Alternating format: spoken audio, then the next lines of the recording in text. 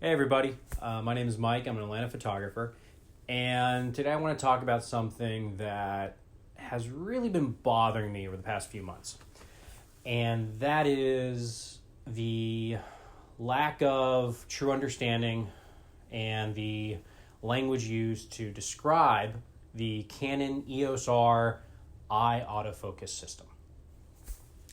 What I mean by this, and if you're interested in the platform, the body, and you've been researching it, I'm sure the number one thing that you continually hear is that the eye autofocus doesn't work past 8 feet or so. Okay, it just turns into the box that is face AF. And everyone's going, it doesn't happen. The IAF doesn't work. Not like Sony, who can do IAF out to something ridiculous like 20, 30 feet, which is incredible. Don't get me wrong. My issue with this is that it doesn't matter. By that, I mean having IAF specifically past 8 feet, that little box over someone's eye, past 8 feet, is not necessary. The reason for this is physics. Ooh, scary, I know. For those of you who are remotely technical when it comes to photography, you'll know that it really only makes a difference, critical focus, on somebody's eye when you're using a shallow depth of field, right? So I'm talking f1.2, f1.4, f2, right? And we're using lenses at longer focal lengths, such as 85 millimeter, 135, 200, so that you're getting that gorgeous compression where it's just your subject who's in focus, but the background is blurred out and it looks beautiful. But everyone's saying that because the EOS R does not have IAF past 8 feet, that the camera isn't focusing on the eye. What I want to prove today is it doesn't have to. That it's actually a gimmick. That having IAF beyond 8 feet is just something to make you feel warm and cuddly inside. Okay? Let's break it down. Alrighty, gang. So now we are into my awesome, super nerdy PowerPoint presentation, or keynote, because I'm on a Mac. Anyways, all right. So the question, is IAF necessary beyond 8 feet when measured from the sensor of a full frame camera to the subject? Okay, so here we're going to dig in. The first thing we have to recognize is that there's a series of human factors, right? How big is a face? There's a lot of scientific stuff that goes into it to explain why things are the way they are. And there's a lot of math that's been done, a lot of studies that have been done. And I'm going to walk through what we're going to be looking at and how we're going to come up with these measurements. All right, so this image I pulled from Google. So the link is down on the bottom right corner of the image to give full credit. Photographers, creators, you know this is key. Anyways, so first thing we're going to walk through is the first measurement that matters, which is the pupillary distance, right? That's the distance of one eye to the other, right? That's centered on each pupil, okay? And in human factors, the average male, it's 2.52 inches, plus or minus, 0.13. And then in females, it's 2.43. So because I want to prove worst case scenario, we're going to go with the male 2.52 inches. All right. And just to demonstrate what I'm talking about, this is pupillary distance. All right. Now, the next thing that's going to come into play here is average eye width. Okay. This actually isn't really necessary, but it just helps for the sake of visuals, because I'm going to have a series of diagrams later that are going to help demonstrate all of this. Okay, so that's our eye width. Next, we need to show off what's nose protrusion, okay? Because in this situation, we're assuming that the focus is hitting someone's face, and obviously your face is not flat, right? You have this big honking thing in the middle that you use to smell with that sticks out, okay? So if we have the worst case where the camera focuses on the bridge of the nose, the tip of the nose, right? will the eyes still be in focus at 8 feet and beyond? Okay, so that's why we have this diagram for the profile, and we're measuring nose protrusion. Okay, that's what that is, right? Now, there's obviously min and max. Some people have smaller noses, some people have bigger noses. Your nose actually continues to grow the older you get. So if you're taking pictures of, someone in their teens or a baby, the nose is itty bitty. You take pictures of a older person, their nose is going to be significantly larger. Okay, so again, we're going to go with the max worst case distance, which is 1.165 inches. Cool. All right, here's the setup. Now, before I dig into this part, one thing that I want to explain is that my background is as a product development engineer for medical devices. Okay, my background is a biomedical engineer. Okay, that's my degree. That's my full daytime job. All right, I design medical devices for human use. Okay, so I am constantly worrying about human factors, engineering, safety, regulations, the FDA, all that fun stuff. So I would like to say that I am qualified to talk about this. All right. So what I've done here is, because my background is more so on the mechanical design aspect, is I went into my CAD software and I created a very simple 2D drawing setup so you guys can see what it is we're doing and how we're going to measure this out. So as you can see on the left, we have a camera, and on the right, we have a face. Pretty simple. Okay. And there's distance measured. That's what the center blue line is. And I'm going to walk through what we're talking about here.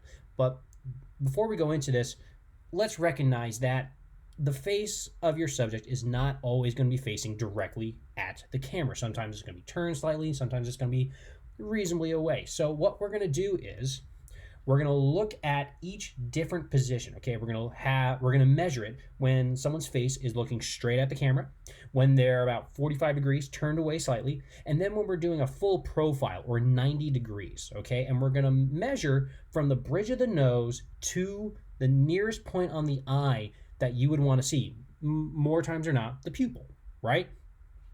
That's how we're going to go through this. So the first things first is let's look at the face, which, pardon my very crude drawing in CAD. I didn't have time to make this super specific, but it's high level, dimensions and accuracy. That's going to get us close enough. Okay. These numbers we're not going to be working on numbers so small that it's super critical, right? So again, now I'm going to show you what it looks like. These are the numbers, right? So we looked at all the human factors, right? So we've got the nose is 1.17 inches away from the face. It was actually 1.165, but with rounding, it's 1.7. And then we've got this, distance between the pupils, okay, is 2.52 inches. And we're assuming that the nose and the eyes are centered about each other, okay? I gave the nose an arbitrary width of 1.25 inches just so it looked anatomically similar. And I made the eyes, again, 0.94 inches or 24 millimeters in width. Okay, again, that doesn't really matter in this case, but let's say we're going to run with it. And the other assumption I made was that the eyes were tangential to the front of the face, meaning your eyes don't stick out further than the front surface of your face, right? Your forehead, your cheekbones, or anything like that. It's usually tucked underneath your eyebrows. So that's the way I demonstrated this out, okay? And the nose is obviously measured from, the nearest point of your face, which is, I'm calling the bottom of or from your top lip out to the tip of your nose, right? So that's that 1.7. Okay, so that's to show that we are anatomically correct based on the human factor measurements, all worst case values, okay? Or not worst case values, but the largest measured values, okay? So next, let's look at the nose to eye distances, all right? The first one we're gonna look at is the straight on, zero, like person's looking dead at the camera, okay? Typical headshot. Now, fortunately, you're gonna have to ignore the blue measurement and the distance measurement, the DIST and the DZ one. We're actually only looking at the red one, okay, which is DX, okay? And that is measuring from the tip of the nose to the very front of the eye. This is going to be, again, straight on. If you focus on the tip of their nose, will the front of the eye still be in focus, okay? And that distance is coming out to 1.50 inches or 0.13 feet, okay? That's what that is. Now, let's look at 45 degree, okay? Again, In this case, we're going to ignore DZ and DIST, the two black and blue lines, and we're going to focus just on that red one, DX, okay? Again, this is your, if someone's looking at a 45-degree angle away from the lens, okay, that distance from what would be the nearest point to the camera of the nose, right, to the nearest point of the eye, is 0.23 inches or 0.02 feet, okay? Now, let's look at the 90-degree. Okay, this one I thought was going to be a lot worse based on simple math. But if we measure to what would be the near, oh, I actually made it worst case. I did a really horrible case. Okay, yeah. So what I did here was I said, let's assume that it measured again to the center point of the nose, not even the nearest point of the nose, the center point of the nose, which makes it further away, right, from the eye. That's what we're measuring here. That distance, again, ignoring DZ, ignoring DIST, the black and blue lines, just looking at the red one, DX, we get 1.3 inches and 0.11 feet. Okay, and again, this is the ultimate worst case where somehow you magically, your camera focuses on the center bridge of the nose, not even the near edge of your like nostril, right? And again, we're measuring to that pupil, the center point of the eye. Okay, again, 1.3 inches, 0.11 feet. All right, so that's what the math comes out to. That's how far the nearest point on the nose to the lens measures to what would be the front or closest point of the eye, okay? That's the range we're working in. That's what all these values represent. Now, let's actually look at everything combined. Here's how it all lines up, okay? We've got nose to pupil distances on the left, and we've got depth of field per focal length at max aperture on the right, okay? All these I use an online tool, okay? Just randomly Googled internet. And we can see if we use a 50mm lens at f1.2, that's the widest that Canon makes at 8 feet, it's 6.39 inches, okay? That's the range of your depth of field. Now, looking at our nose to pupil distances, all of that is covered significantly, okay? Now, let's say we go to 85mm at 1.2, 8 feet. It's a much shallower depth of field, right? Because we're getting more compression, 2.18 feet. Guess what? It still lines up. Actually, that's supposed to be in inches. My mistake for the typo. 2.18 inches. Even better. We're still fully in here, okay? Now, super worst case. 135mm, f1.8. I think that's the Sony at 8 feet. It's 1.27 inches. Okay, straight on, you don't really get it. 90, you don't really get it. Darn. But there's going to be a caveat, and I'm going to show you why that's okay. At 400mm, at f2.8, the minimum focusing distance on the Canon version is 8.86 feet, right? Your depth of field is 1/4 of an inch.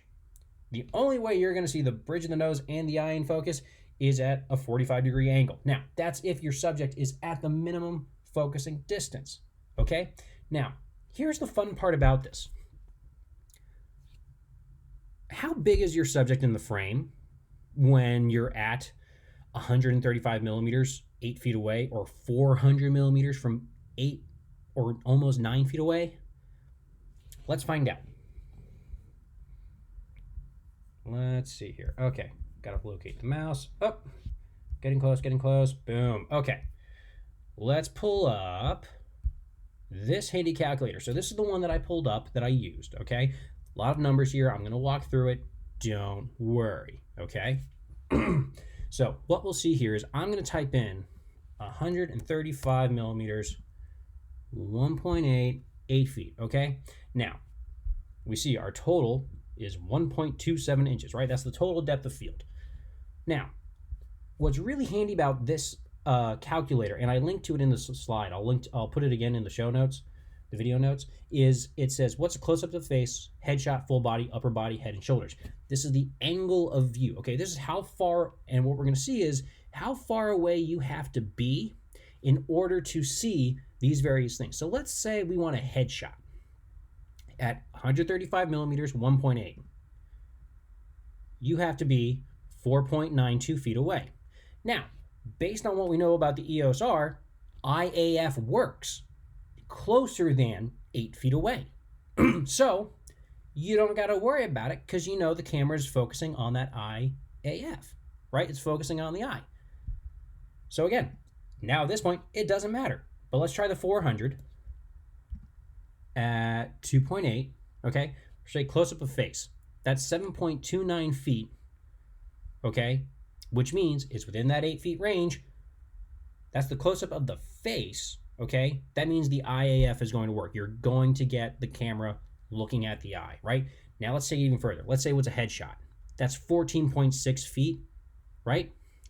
Depth of field, 0.72 inches. All right, not as great, but again, it's pretty darn close, okay? Now let's say if we're doing, I don't know, head and shoulders, that's 25.5 feet. Okay, depth of field is 2.29 inches. Everything's in focus. Okay, the entire front of the face is in focus. None of the previous values that we looked at are outside of that. Okay, now let's go back to the 135 just because I'm curious. I haven't even looked at this yet. Okay, let's see what the full body is. 30 feet. Okay, 31 feet. 1 foot, 7.6 inches. Okay, that means you're going to get the entire front of somebody's body in focus. Okay, that's like midline forward. Okay, you got it. Upper body, 12.3 feet, 3 inches. You got the majority of someone's head in focus. Now you're going to start looking at their ears. Okay, it doesn't need to exist beyond 8 feet. Okay, it is seriously just for your own sanity so you feel warm and fuzzy. Let's wrap it up. All right, so I've now shown through physics and diagrams and even somebody else's calculator from a random Google search that IAF beyond 8 feet doesn't actually matter. Well, unless you're shooting at a 400 millimeter lens at f2.8, which, let's face it, guys, that's like a really small edge case. Okay, and again, these are worst case scenario, you know, the largest distances for eye to eye distance and the largest nose protrusion, right? So yeah, it's close, but still pretty ridiculous. Now, I will say that Canon's IAF or their face detect combined has been wonderful for me so far, especially in a stills portrait situation where my subject isn't moving. Okay, it's been great, it's been fantastic. I am actually very excited about Canon's new firmware update that they just announced, which is coming out the end of this September, which will be greatly improving the autofocus tracking in AI servo or when you have moving subjects. And they've also kind of, I think, bowed to the masses and all the market, and they've now made it so you can have IAF pretty far out. Based on the teaser video they did, it looked like it was about, 20, 30 feet, which is impressive. It really, really is. But based on the math that I've done, it's kind of just a marketing thing.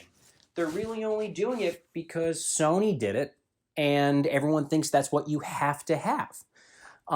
Me personally, I'd rather have just the box on the face at that distance so I can watch for blinks more easily.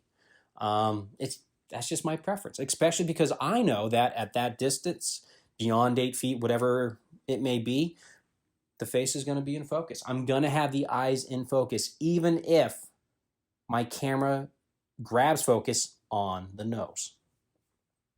Right? Like it just, that's the truth of it. But again, I'm excited for the improvements for just the pure tracking capabilities. The current R does a good job. It doesn't do a fantastic job with tracking with fast moving subjects. But with this new firmware update, it should be markedly improved just by the teaser video. It looks like it. I can't wait to see it. But in terms of stills and just general IAF, big whoop. Doesn't matter.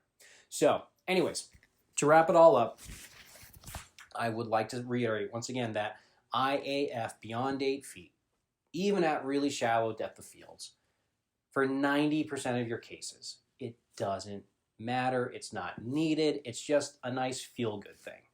Okay? We could really get away with just having a box on someone's face and only have face AF at those distances. Such is life. Okay?